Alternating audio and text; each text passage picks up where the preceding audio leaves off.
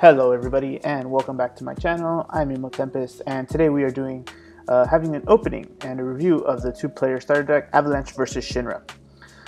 We're going to do this, we've done a couple of these in the past and we're gonna crack this box open. I'm doing this a little bit differently. I'm opening and recording separately, so just so I can have a better, just so I can help explain everything to you guys. As always though, when you're opening these, make sure you are looking for the little tab. You don't want to try to damage the cards or whatever. Unfortunately for me, it got stuck, like the little tab broke off midway for both of these. So I'm doing exactly what I recommend you shouldn't be doing. But you will be able to just pull the foil and you'll see, pull the plastic, excuse me, and just be able to open it. Now, my first thoughts on this deck, before we get into the specific cards into the specific new Opus 15 cards, as well as the playstyles of the decks. This deck, for the most part, should be standalone, kind of like the Scions decks were. They're pretty much built to play already. Obviously, there's some choices in these lists that I would find not super competitive, but for this starter deck is going to be great for new players, great for advanced players, great for collectors. It's pretty much great for anybody. I might actually kind of recommend people grabbing an extra one if you can, and then sitting on it for probably collector's reasons. I don't know how we're going to be doing I want to say a year's time, if not a little bit less, with some of these cards going down the road.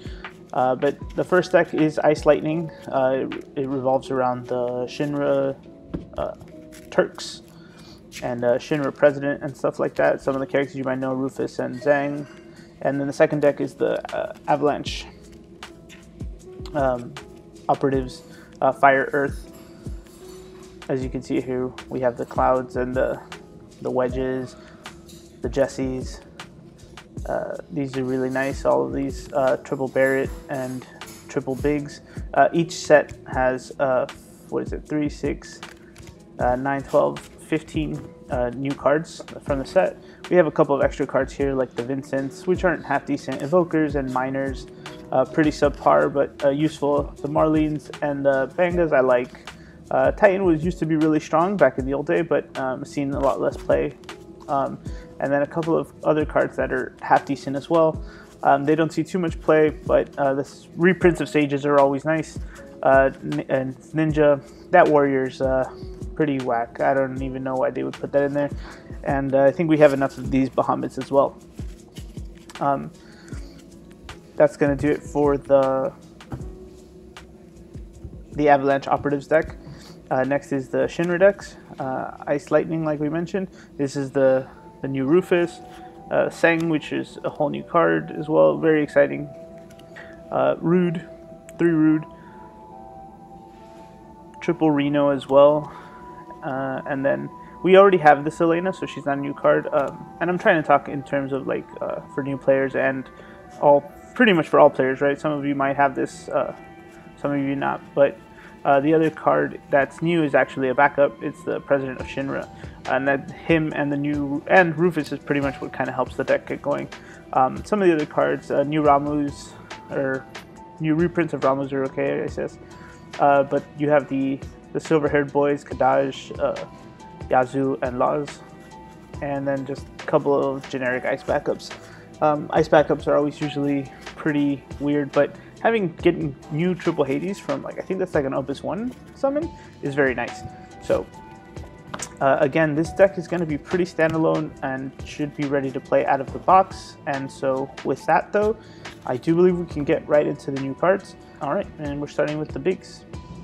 If you control a Job Avalanche Operative, the cost required to cast Bigs is reduced by 2. When 2 or more Job Avalanche Operatives forwards you control form a party, draw a card, and all forwards in the party gain this forward cannot be broken until the end of the turn. Next is Barrett. If you control a Job Avalanche Operative, the cost required to cast Barrett is reduced by 2. Dull active Barrett, choose a forward your opponent controls, break it. You can only use this ability if a Job Avalanche Operative you control has been put from the field into the break zone. Now Jessie. If you control Job Avalanche Operative, the cost required to cast Jesse is reduced by 2. When 2 or more Job Avalanche Operatives forwards you control form a party and attack, select one of the following 2 actions. Play a card named Cloud from your hand onto the field, or search for a card named Cloud and add it to your hand. Now Wedge. If you control a Job Avalanche Operative, the cost required to cast Wedge is reduced by 2. If 2 or more Job Avalanche Operative forwards you control form a party and attack, choose a dual character of cost 4 or more your opponent controls and break it. And lastly, we have Cloud. When a Cloud enters the field, if you control a Job Avalanche Operative forward, select up to 2 of the following 3 actions. Choose one forward, deal it 10,000 damage. Choose Job Avalanche Operative forward. Operative costs 4 less than your break zone and play it onto the field. All forwards you control gain haste until the end of the turn. So already you know a lot. You can already tell just by listening to some of these cards for our new players. For our seasoned players, I mean, is that these cards are pretty absurd. They have a lot of abilities that are, and they're both cost efficient and strong. Haste, breaking, searching, and special summoning, like playing cards for free, as long as you have them all or together or whatever. So, all right, and now the Shinra side. First is President Shinra. EX Burst. When President Shinra enters the field, you may search for one card named Rufus or job member of the Turks and add it to your hand. Pretty straightforward 4-drop EX Burst. We like that though, so very useful. Remember, having him is going to trigger the rest of the stuff. Next is Reno. If you control Job President Shinra or the job member Turks forwards, you control gain 1,000 and for strike. At the beginning of the attack phase during each of your turns, if you control 4 or more Turks, all the Turks forwards you control gain haste until the end of the turn. Rude. If you control a Job President Shinra, the Turks, you control gain 1,000 and Brave.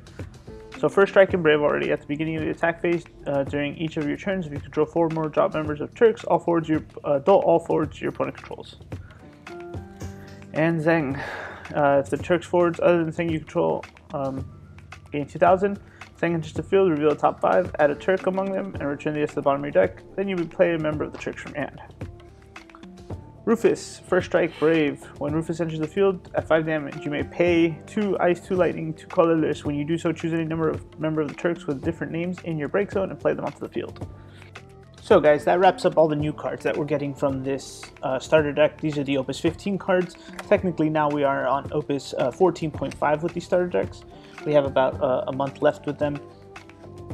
Just to give you a few more ideas and possibilities with these decks, for the Avalanche Operatives, we have they're starting in Fire Earth.